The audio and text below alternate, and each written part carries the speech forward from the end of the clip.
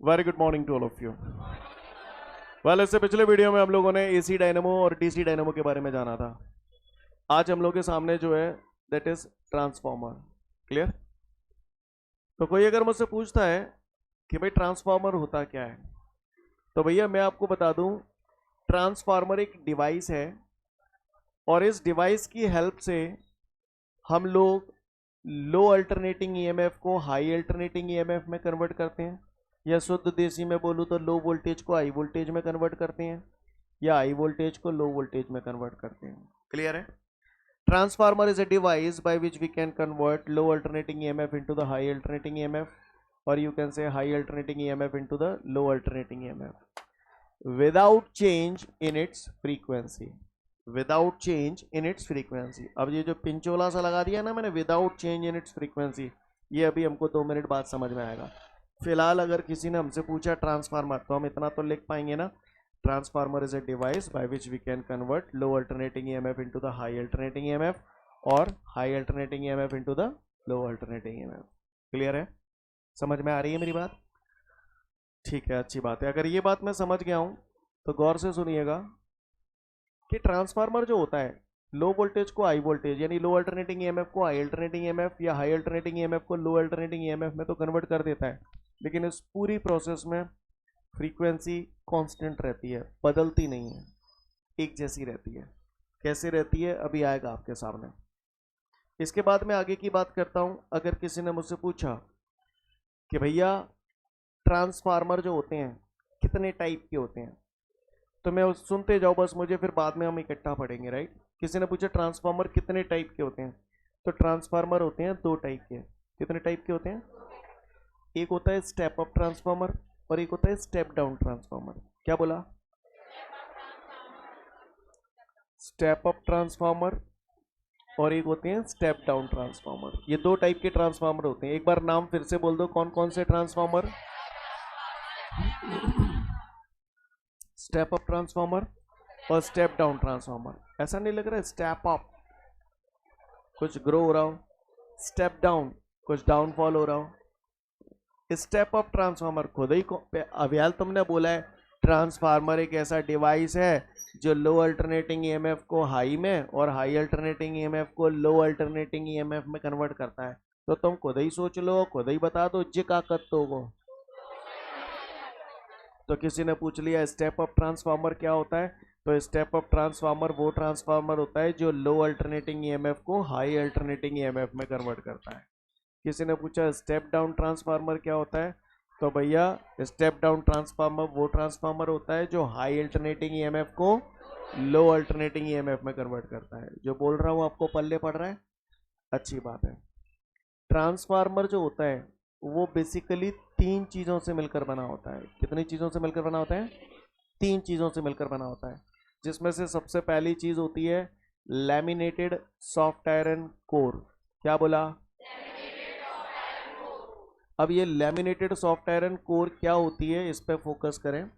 Laminated soft iron core में हम लोग क्या करते हैं, सॉफ्ट आयरन यानी नरम लोहा या फिर सिलिकॉन स्टील, सॉफ्ट आयरन जैसा ही होता है, तो सॉफ्ट आयरन की पतली पतली पत्तियां ले लेते हैं, नरम लोहे की पतली पतली पत्तियां लेते हैं।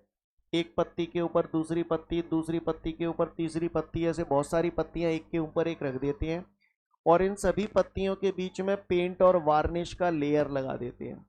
ऐसा करने से जो बनता है उसे बोलते हैं लैमिनेटेड सॉफ्ट आयरन कोर। समझ गए? पेंट आप समझते हो, वार्निश समझते हो, घर में लकड़ी पे की जाती है वार्निश जिसे आप बोलते हो। क्लियर? वही मैं फिर से बोल रहा हूँ, लेमिनेटेड सॉफ्ट आयरन कोर का मतलब क्या है? पतली पतली सॉफ्ट आयरन की पत्तियां हैं, पत्ती और पत्ती, पत्ती और पत्ती, बीच में पेंट और वार्निश का लेयर लगा दिया। ऐसा करने से जो बनता है उसे बोलते हैं लैमिनेटेड सॉफ्ट आयरन कोर। मैं बोर्ड पर ये फिगर बना के बता रहा हूँ, आप एग्जाम में ये फिगर नहीं भी बना पाए तो चलेगा, मैं दूसरा भी बताऊंगा जो आसान होगा, वो भी आप बना सकते हैं। इधर देखिए, सबसे पहले मैं यहाँ पर बना रहा हूँ लैमिनेटेड सॉफ्ट आयरन कोर। तो ये मैंने यहाँ पर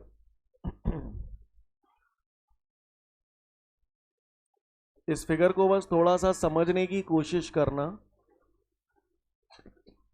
ये मैंने यहाँ पर लैमिनेटेड सॉफ्ट आयरन कोर महसूस हो रहा है आपको। यहाँ पर पतली पतली पत्तियां हैं, एक पत्ती के ऊपर दूसरी पत्ती, दूसरी पत्ती के ऊपर तीसरी पत्ती, ऐसे बहुत सारी पत्तियां रखी हैं। इनके बीच में पेंट और वार्निश का लेयर कर दिया है। इसको बोलते हैं laminated soft iron core. Scene clear है? ये जो कोर है लैमिनेटेड सॉफ्ट आयरन कोर, इसकी एक आर्म ये रही और एक आर्म ये रही, ये दो आर्म है। पहली वाली जो आर्म है यहाँ पर मैंने एक कॉपर वायर वाइंड अप कर दिया है, इसे बोलते हैं प्राइमरी कॉइल। प्राइमरी कॉइल कुछ नहीं है, कॉपर वायर है जिसे लैमिनेटेड सॉफ्ट आयरन कोर की एक आर्म पे लपेटा गया है। ये दूसरी आर्म है, यहाँ पर मैंने एक दूसरी कॉइल लपेट दी, इसको बोलते हैं सेकेंडरी कॉइल। क्या बोलते हैं? तो बताओ आपको यहाँ कितनी कॉइल दिखाई दे रही है? खुद ही कॉमन सेंस लगा और खुद ही बताओ। अगर पुराना चैप्टर क्लियर है तो क्वेश्चन पूछ रहा हूँ, सुनो। Transformer is based on the phenomena of, तो आपके हिसाब से आंसर इसका सेल्फ इंडक्शन होना चाहिए या म्यूचुअल इंडक्शन?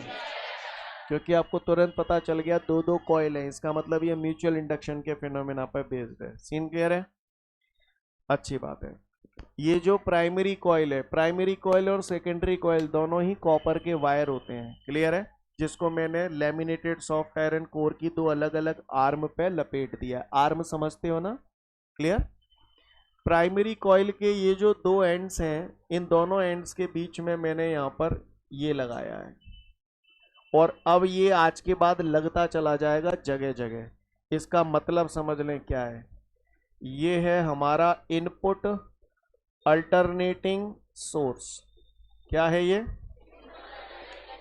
यानी यहां से हम अल्टरनेटिंग करंट या अल्टरनेटिंग वोल्टेज की सप्लाई दे रहे हैं। क्लियर है? आप सुने, अभी तक आपने इतना टाइम हो गया फिजिक्स पढ़ते हुए, यहाँ पर आपको हर जगह सर्किट बनाते थे तो आप ऐसे बनाते थे, याद आ रहा है इसे? ये बैटरी या सेल बोलते हैं आप इसे।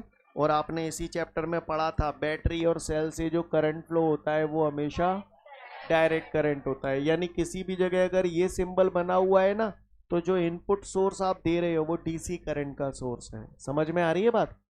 किसी भी जगह इसकी बजाय अगर ये वाला डिजाइन बना हुआ है तो ये एसी सोर्स है। एसी सोर्स का मतलब ये है कि यहां से अल्टरनेटिंग करंट या अल्टरनेटिंग वोल्टेज दिया जा रहा है। भाषा समझ में आ रही है? सिंबल ऐसा क्यों है, इसका भी कारण है। आपने इस चैप्टर में अल्टरनेटिंग वोल्टेज का इक्वेशन पढ़ा था, V बराबर V0 साइन ओमेगा टी पढ़ा था। जब मैंने ये पढ़ाया था तो यहाँ साइन आ रहा है, तो मैंने बोला था बेटा साइन कर्व ऐसा होता है, अल्टरनेटिंग वोल्टेज या अल्टरनेटिंग करंट ऐसा होता है। इसकी एक चक्कर यही तो है, बोलो भैया। तो ये मैंने यहाँ पर ये एक चक्कर ही बनाया। कुछ लोग इसे ऐसे भी बना देते हैं, कुछ लोग इसे ऐसे बीच में लाइन, यानी ये ग्राफ बनाने की कोशिश की है। बात समझ में आ रही है? सीन क्लियर है सभी को? भाषा समझ में आ रही है? तो यहाँ से मैं एसी करंट या एसी वोल्टेज दे रहा हूँ, समझ में आ रही है? कौन सी सप्लाई दे रहा हूँ? इसको बोलते हैं इनपुट अल्टरनेटिंग सोर्स। यानी ये एक ऐसा सोर्स है जहां से मैं करंट और वोल्टेज की सप्लाई दे रहा हूँ। इनपुट, इनपुट समझते हो ना? क्लियर? मैं आपको यहाँ पर जो भी पढ़ा रहा हूँ तो मैं आपको इनपुट दे रहा हूँ, ये आपके दिमाग में जाएगा। जब आप एग्जाम में जाके कॉपी लिखोगे तो वहां आपको आपका आउटपुट मिलेगा, रिजल्ट मिलेगा। Got my point everyone? अच्छा, एसी करंट दे रहा हूं तो एसी वोल्टेज दे रहा हूं तो प्राइमरी वैल्यू में करंट की वैल्यू में चेंज होगा, प्राइमरी कॉइल में करंट की वैल्यू में चेंज होगा, तो सेकेंडरी कॉइल में इंड्यूस्ड ईएमएफ और इंड्यूस करंट पैदा होगा। This phenomena is called mutual induction. यानी एक पॉइंट क्लियर हो गया, transformer is based on the phenomena of mutual induction. ठीक है? दूसरी बात, मुझे म्यूचुअल इंडक्शन का फिनोमेना चाहिए तो प्राइमरी कॉइल में लगातार करंट की वैल्यू चेंज होती रहनी चाहिए। करंट कौन सी करंट में चेंज होता है, एसी में या डीसी में? तो इसका मतलब ट्रांसफार्मर केवल एसी पे काम करते हैं, डीसी पे काम क्यों नहीं करते? क्योंकि डीसी करंट तो वो करंट होता है जिसका मैग्नीट्यूड और डायरेक्शन टाइम के साथ चेंज नहीं होता है। अब जब करंट ही चेंज नहीं होगा तो मैग्नेटिक फ्लक्स चेंज नहीं होगा, मैग्नेटिक फ्लक्स चेंज नहीं होगा तो इंड्यूस करंट पैदा नहीं होगा। जो बोला समझ में आया? तो ट्रांसफार्मर हमेशा काय पे काम करते हैं? एसी पे। क्लियर? तो यहाँ मैंने एसी सोर्स क्यों लगाया, बात समझ में आ रही है? तो यहाँ करंट की वैल्यू में चेंज हुआ, करंट की वैल्यू में चेंज हुआ तो सेकेंडरी कॉइल में थोड़ा बहुत इंड्यूस्ड ईएमएफ और इंड्यूस करंट पैदा हो जाता है। क्लियर? और यही हमें यहाँ पर, अब जो इंड्यूस्ड ईएमएफ और इंड्यूस करंट पैदा हुआ तो उस करंट का इस्तेमाल करोगे तो यहाँ पर मैंने ये क्या जोड़ दिया, लोड रेजिस्टेंस। नहीं, यही बात है। लोड रेजिस्टेंस को अलग अलग किताबें देखोगे, किसी में आर से भी डिनोट किया है, किसी में ऐसे लिख देते आर एल, लोड रेजिस्टेंस। बात एक की है। सीन क्लियर है सभी को? तो आपको यहाँ पर आउटपुट जो मिल रहा है सेकेंडरी कॉइल के दोनों एंड्स के बीच में मिल रहा है, इनपुट आप प्राइमरी कॉइल के दोनों एंड्स के बीच में दे रहे हो, यस और नो? जो बोला पल्ले पड़ा, ध्यान से देखिएगा। ये यहां से इनपुट दे रहे हो आप।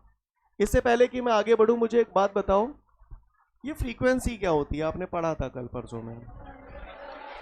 Number of revolutions made in 1 second is called frequency, right? ये अल्टरनेटिंग करंट जा रहा है, मैंने यहां से जो सप्लाई दी है वहां पर 1 सेकेंड में बताओ कितने चक्कर है? पहले तो यहां मैं चक्कर बताओ, 3 है। पहला चक्कर यहां खत्म, फिर दूसरा, फिर तीसरा, है ना? मैंने देखा कि यहां से 1 सेकंड में 3 चक्कर जा रहे हैं, तो इसका मतलब फ्रीक्वेंसी कितनी हो गई? 3। फ्रीक्वेंसी कितनी हो गई? 3 हो गई। अब यहां पर हमें आउटपुट मिलेगा, क्या मिलेगा? यहां पर हमें आउटपुट मिलेगा। तो मुझे जो आउटपुट मिला ना, वो आउटपुट क्या मिला? गौर से देखिएगा सब लोग। ये मेरे को आउटपुट मिला। यहां कितने चक्कर मिले? यानी यहां भी फ्रीक्वेंसी 3 है। बस फर्क इस बात का है कि यहां पर वोल्टेज इतना मिला, यहां इतना मिला, यानी लो वोल्टेज को हाई वोल्टेज में कन्वर्ट कर दिया। समझ में आई बात? लेकिन फ्रीक्वेंसी सेम रही। अब सुनो ट्रांसफार्मर की definition. Transformer is a device by which we can convert low alternating EMF into the high alternating EMF और high alternating EMF into the low alternating EMF without change in its frequency. समझ में आया? Without change in frequency क्यों बोला? OT वगैरह में कई बार पूछ लेता है कि ट्रांसफार्मर जो होता है तो वहां पर ऐसी कौन सी क्वांटिटी है जो चेंज नहीं होती है? तो बोला फ्रीक्वेंसी चेंज नहीं होती है। बात समझ में आ रही है सभी को? ट्रांसफार्मर क्या होता है, बात समझ में आई सभी को? तो अब मैं थोड़ा सा डिटेल में अब बैक टू पॉइंट बात करता हूं। हमारे सामने सबसे पहला क्वेश्चन है ट्रांसफार्मर क्या होता है। तो सुनो, transformer is a device by which we can convert low alternating EMF into the high alternating EMF और high alternating EMF into the low alternating EMF without change in its frequency. That's all. समझ गए? Transformer is based on the phenomena of mutual induction. क्यों बोला? समझ में आ गया? अब तो दिमाग में बैठ गया होगा। कुछ लोग इस बात को ऐसे भी बोल देते हैं, transformer is a device by which we can change the voltage, by which we can change the alternating voltage. समझ में आ गया? चेंज ही तो हो रहा है। लो को हाई में बदल रहे हो या हाई को लो में बदल रहे हो, इनडायरेक्टली कर क्या रहे हो? चेंज ही तो कर रहे हो। नहीं यही बात समझे? तो कुछ लोग ऐसे भी बोल देते हो, जैसे मतलब मेरा कहना यह है कि कल को आप अलग अलग किताबें पढ़ो तो आपको समझ में आना चाहिए। मतलब तो दोनों का एक ही है ना। बोले भैया, तो किसी ने ट्रांसफार्मर का डेफिनेशन पूछ लिया तो बता दोगे? तो मैं फिर से बोल रहा हूँ, transformer is a device by which we transformer is a device by which we can convert low alternating EMF into the high alternating EMF और high alternating EMF into the low alternating EMF without change in its. Scene clear है? पहले इतना पढ़ लो, फिर आगे की बात करूंगा।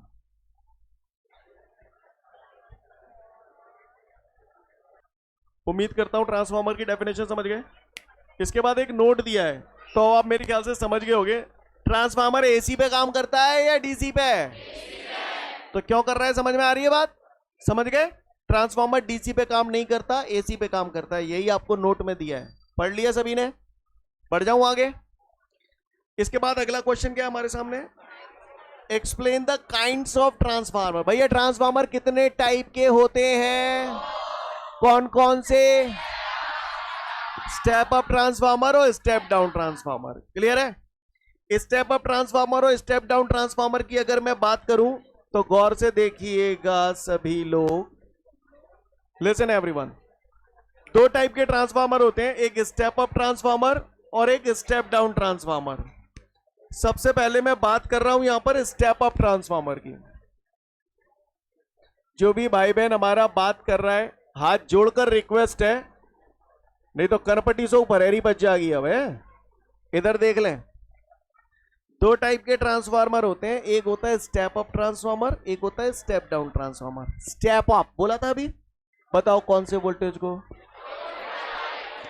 1 आध 2 नंबर में आ जाए तो बस पर्याप्त है। स्टेप अप ट्रांसफार्मर वो ट्रांसफार्मर जो लो अल्टरनेटिंग ईएमएफ को हाई अल्टरनेटिंग ईएमएफ में कन्वर्ट करता है, step up.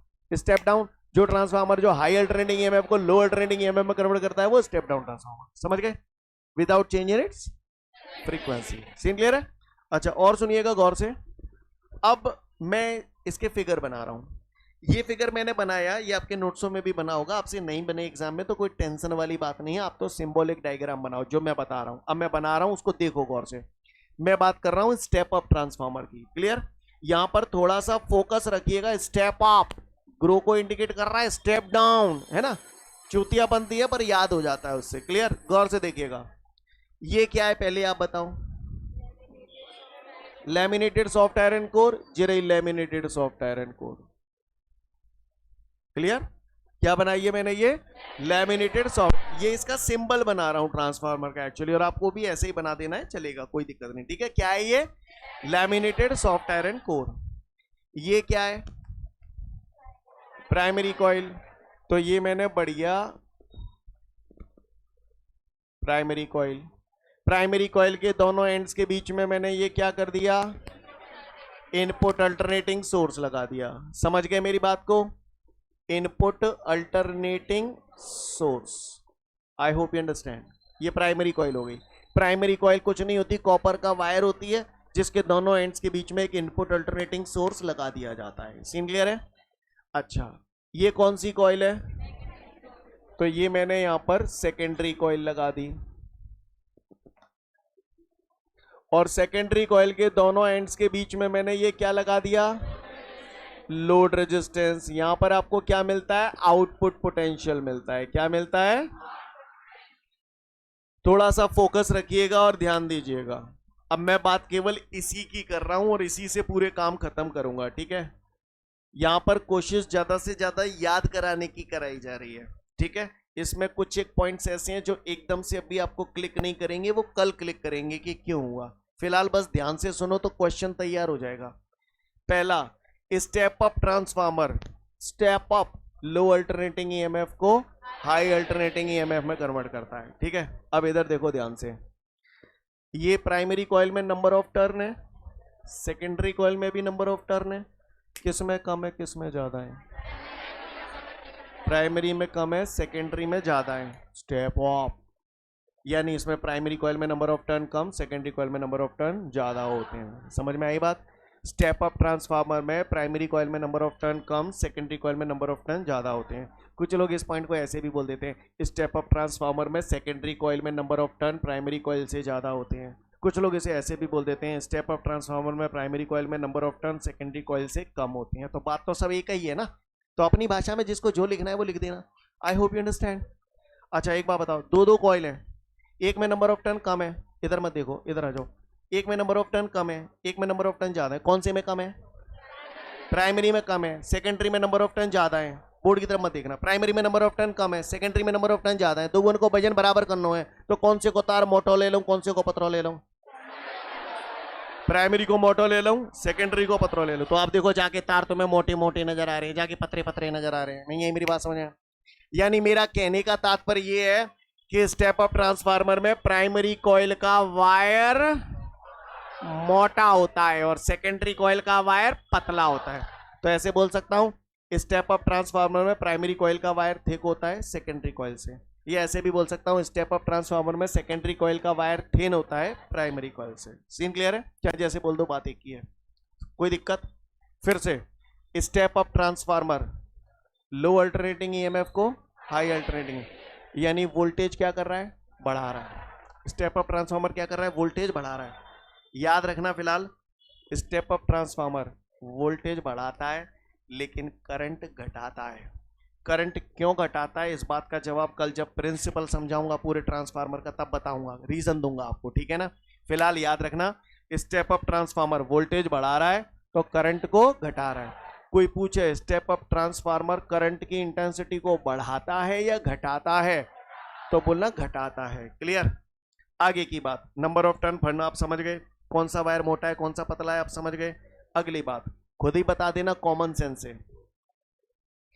Transformer ratio. Transformer ratio क्या होता है ये कल प्रिंसिपल में आपके सामने आएगा। फिलहाल आप ही बता दो। तो मैं ट्रांसफार्मर रेशियो की बात कर रहा हूं, स्टेप अप के लिए भी कर रहा हूं, स्टेप डाउन के लिए भी कर रहा हूं। एक ऐसा होता है जिसके लिए ट्रांसफार्मर रेशियो की वैल्यू ग्रेटर देन 1 होती है, और एक ऐसा होता है जिसके लिए ट्रांसफार्मर रेशियो की वैल्यू लेस देन 1 होती है। आप ही कॉमन सेंस लगा लो और आप ही बता दो कौन से ट्रांसफार्मर के लिए ट्रांसफार्मर रेशियो ग्रेटर देन 1 होगा। तो ग्रेटर स्टेप अप, तो स्टेप अप ट्रांसफार्मर के लिए ट्रांसफार्मर रेशियो ग्रेटर देन 1 होता है, और स्टेप डाउन ट्रांसफार्मर के लिए ट्रांसफार्मर रेशियो लेस देन 1 होता है। मैं जानता हूं आप लोगों के दिमाग में ये क्वेश्चन उठ रहा है, ये ट्रांसफार्मर रेशियो क्या होता है, ये कल आएगा हमारे सामने। मोटे तौर पर अभी आपको बताऊं, एक फॉर्मूला है जो कल हम लोग प्रूव करेंगे। ट्रांसफार्मर रेशियो का फॉर्मूला होता है आर बराबर N S upon N P. N S का मतलब होता है number of turn in secondary coil, N P का मतलब होता है number of turn in primary coil. मैं आपको यहाँ, वैसे तो मैं कल भी बताऊंगा, पर मैं अभी रीजन बता रहा हूँ कि मैंने क्यों बोला है स्टेप अप ट्रांसफार्मर के लिए ट्रांसफार्मर रेशियो ग्रेटर देन 1 होता है। क्यों बोला है समझो, अब आप भी समझ ही गए होगे। स्टेप अप की बात कर रहा हूँ, इसकी बात कर रहा हूँ। Number of turn in secondary coil, ये है number of turn in primary coil. तुम ना जानते कौन से में नंबर ऑफ टर्न ज्यादा है, जहां में ज्यादा है जहां में कम है, तो इन दोनों में तो कौन सी वैल्यू बड़ी होगी? ऊपर वाली वैल्यू बड़ी होगी। मैंने मन से कुछ भी मान ली, 20 मान ली, उसमें 20 है, तो नीचे वाली में 20 थे कम या ज्यादा? कम। मैंने 10 मान ले, 10 दूनी 20, कितना आ गया रेशो? ग्रेटर 2 तो आ गया, ग्रेटर देन 1 आया कि नहीं आया? यानी कहने का तात्पर्य भैया सेकेंडरी कॉइल में नंबर ऑफ टर्न ज्यादा है, यानी ये वाला नंबर हमेशा बड़ा होगा और ये छोटा होगा। बड़े नंबर में छोटे नंबर का डिवाइड करोगे तो आंसर हमेशा कैसा आएगा? ग्रेटर देन 1 आएगा कि नहीं आएगा? इसीलिए बोला। समझ में आई बात? हाँ, फिर से शुरू से। स्टेप अप ट्रांसफार्मर, शॉर्ट में आप ही से पूछूंगा, आप ही को बताना है। स्टेप अप ट्रांसफार्मर में वोल्टेज बढ़ता है, करंट घटता है। क्लियर? अब बताओ नंबर ऑफ टर्न, प्राइमरी में कम, सेकेंडरी में ज्यादा। वायर मोटा पतला, कौन से में मोटा? प्राइमरी में मोटा, सेकेंडरी में पतला। और स्टेप अप ट्रांसफार्मर के लिए ट्रांसफार्मर रेशियो ग्रेटर देन 1। समझ में आ गई बात? अब बनाते हैं इधर step down. Step down clear? Step down क्या करता है? हाई अल्टरनेटिंग ईएमएफ को लो अल्टरनेटिंग ईएमएफ में कन्वर्ट कर रहा है, यानी वोल्टेज को क्या कर रहा है? वोल्टेज को कम कर रहा है, तो करंट को क्या करेगा? बढ़ाएगा। क्लियर है? तीसरी बात, सेम इसका उल्टा है। यहां भी 2 कॉइलें होंगी, प्राइमरी कॉइल और सेकेंडरी कॉइल। प्राइमरी कॉइल में नंबर ऑफ टर्न यहां पर कैसे होंगे? ज्यादा। और सेकेंडरी में तो वायर किसका मोटा पतला ले लूं? समझ में आई बात? कहानी वही है, इनपुट अल्टरनेटिंग सोर्स और यहां पर लोड रेजिस्टेंस। मैं फास्ट तो नहीं चल रहा हूं, समझ में आ गई बात? मेरे सामने अगला क्वेश्चन है, explain the kinds of transformer. Explain the kinds of transformer. अब मैं उतना ही बोल रहा हूं, ज्यादा नहीं बोलूंगा। 2 टाइप के ट्रांसफार्मर होते हैं, step up transformer, step down transformer. The transformer which convert low alternating EMF into the high alternating EMF is called step-up transformer. The transformer which convert high alternating EMF into the low alternating EMF is called step-down transformer. नजारे पतरे मोटे ये सब clear है गए? सब समझ में आता है? पूछ लूं? बताओ, एग्जाम में अगर क्वेश्चन आ गया स्टेप अप ट्रांसफार्मर और स्टेप डाउन ट्रांसफार्मर में डिफरेंस बताओ। स्टेप अप की बात कर रहा हूं तो ये उल्टा हो जाएगा। स्टेप अप की बात कर रहा हूं, वोल्टेज बढ़ाता है, करंट घटाता है। अब बताओ नंबर ऑफ टर्न, प्राइमरी में, सेकेंडरी में। वायर कौन सी कॉइल का थिक है? प्राइमरी कॉइल का वायर थिक है, सेकेंडरी का थिन है। स्टेप अप ट्रांसफार्मर के लिए ट्रांसफार्मर रेशियो इसमें उल्टा हो जाएगा स्टेप डाउन में। सीन क्लियर है? आपके 2 क्वेश्चन तैयार हो चुके हैं। पहला explain the kinds of transformer, पूरा पढ़ लो, और इसके बाद 1-2 पन्ने पलट के देखो, कहीं होगा स्टेप अप ट्रांसफार्मर और स्टेप डाउन ट्रांसफार्मर में डिफरेंस मिला? दोनों क्वेश्चन पढ़ लें अच्छे से। इसके बाद हमारे सामने अगला क्वेश्चन है, explain the construction of transformer. Explain the construction of transformer. मैं कुछ नहीं बताऊंगा, चलो बताओ क्या है ये? Laminated soft iron core. क्या होती है? पतली पतली नरम लोहे की पत्तियां या सिलिकॉन स्टील की पत्तियां, पत्ती और पत्ती, पत्ती और पत्ती, पत्ती और पत्ती, बीच में पेंट और वार्निश का लेयर। क्या बन गई है? Laminated soft iron core. Laminated soft iron core की ये 2 आर्म है, एक आर्म पे copper wire, primary coil, secondary coil. Primary coil के दोनों एंड्स के बीच में इनपुट अल्टरनेटिंग सोर्स लगा दिया, सेकेंडरी कॉइल के दोनों एंड्स के बीच में लोड रेजिस्टेंस लगा दिया। हो गया कंस्ट्रक्शन, पढ़ लो। इसके बाद हमारे सामने अगला क्वेश्चन, यहां तक हो गया सभी का? तो कंस्ट्रक्शन हम लोग समझ गए ट्रांसफार्मर का। इसके बाद हमारे सामने अगला question, principal and working of transformer, right? तो ये प्रिंसिपल एंड वर्किंग, हेलो पीछे खड़ा आया, चलो इधर। प्रिंसिपल एंड वर्किंग ये तो हम लोग कल देखेंगे, पर यहां पर मैं अब आपसे कुछ छोटा सा इशारा कर रहा हूं, ये आपको काम आएगा कल की क्लास में, है ना? आपकी जेब में 100 रुपए हैं, क्लियर? मान लो वो मामले में जाटा का चुनान है, क्योंकि करवाएगा तो मैं कहूँ देव दे तो तुम चाट पहुंच के बराबर कर दी दो। सही बोल रहा हूं ना? पर मान लो आज आपकी जेब में 100 रुपए हैं। अब आप बताओ आपकी जेब में अगर 100 रुपए है तो 200 रुपए का नुकसान हो जाएगा क्या? ज्यादा से ज्यादा। सही बोला ना? नुकसान उन्हीं चीजों का होता है जो है ही नहीं, उसका नुकसान कैसे हो जाएगा? समझ गए? यहां पर मैं हल्का सा डिस्कशन कर रहा हूं लॉसेस इन ट्रांसफार्मर। तो ट्रांसफार्मर में कौन कौन से लॉस होते हैं इशारा कर रहा हूं, याद हो जाएगा इससे अगर ध्यान देंगे तो, नहीं तो बाद में रट्टा ही लगाना पड़ेगा और कछु नहीं होगा। क्लियर? तो various energy losses in transformer, वैसे तो एनर्जी लॉस में सारे कल पढ़ाऊंगा, पर मैं एक बता रहा हूं, क्लू दे रहा हूं। बताओ ये क्या थी? Laminated soft iron core, iron. तो पहला लॉस आयरन लॉस। भैया तेजी ताकि बनी होगी तई में ही तो लॉस है जाओ। तो पहला लॉस कौन सा हो गया? Iron loss. काय जी कहां है? कॉइल काय की बनी है? दूसरा लॉस कॉपर लॉस। समझ गए? दूसरा लॉस कौन कौन से लॉस हो गए? आयरन लॉस और कॉपर लॉस। और सुनो कौन सा फिनोमेना हो रहा है ये? Mutual induction. म्यूचुअल इंडक्शन में मैंने एक जमाना था जब पिछले चैप्टर में ये पढ़ाया था कि जब प्राइमरी कॉइल में प्रोड्यूस होने वाला मैग्नेटिक फ्लक्स 100% सेकेंडरी कॉइल के साथ लिंक हो जाता है तो इसे हम एक नाम देते थे। क्या नाम देते थे? Ideal coupling. इसे आइडियल कपलिंग बोला जाता था। मैंने पढ़ाया था तो बताया था जब प्राइमरी कॉइल में प्रोड्यूस होने वाला मैग्नेटिक फ्लक्स 100% सेकेंडरी कॉइल के साथ लिंक हो जाता है तो इसे आइडियल कपलिंग कहते हैं। यस और नो? लेकिन आइडियली कोई चीज भी होना पॉसिबल नहीं है, राइट? यानी यहां पर अगर मैं बोलूं प्राइमरी कॉइल का मैग्नेटिक फ्लक्स 100% सेकेंडरी कॉइल के साथ लिंक हो जाए तो ऐसा नहीं होता, थोड़ा बहुत लीकेज हो जाता है। इसे बोलते हैं मैग्नेटिक फ्लक्स लीकेज। क्लियर है? कितने लॉस हो गए? कौन कौन से? आयरन लॉस, कॉपर लॉस और मैग्नेटिक फ्लक्स लीकेज। समझ गए? अब बात आती है चौथे लॉस की। तो ये लॉस तो मैं आपको ऑलरेडी पढ़ा चुका हूं पिछले चैप्टरों में। बताओ चुप हो जाओ।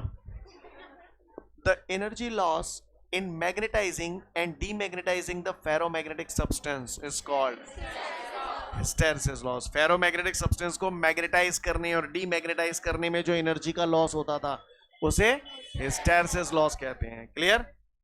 तो यहां पर 4 प्रकार के लॉस होते हैं: hysteresis loss, magnetic flux leakage, copper loss, iron loss. समझ में आ रही है बात?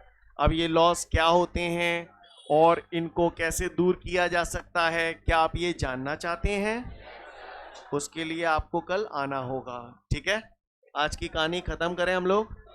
बोले भैया ठीक है, तो आज के लिए पर्याप्त है। नेक्स्ट वीडियो में फिर मिलेंगे। जय हिंद।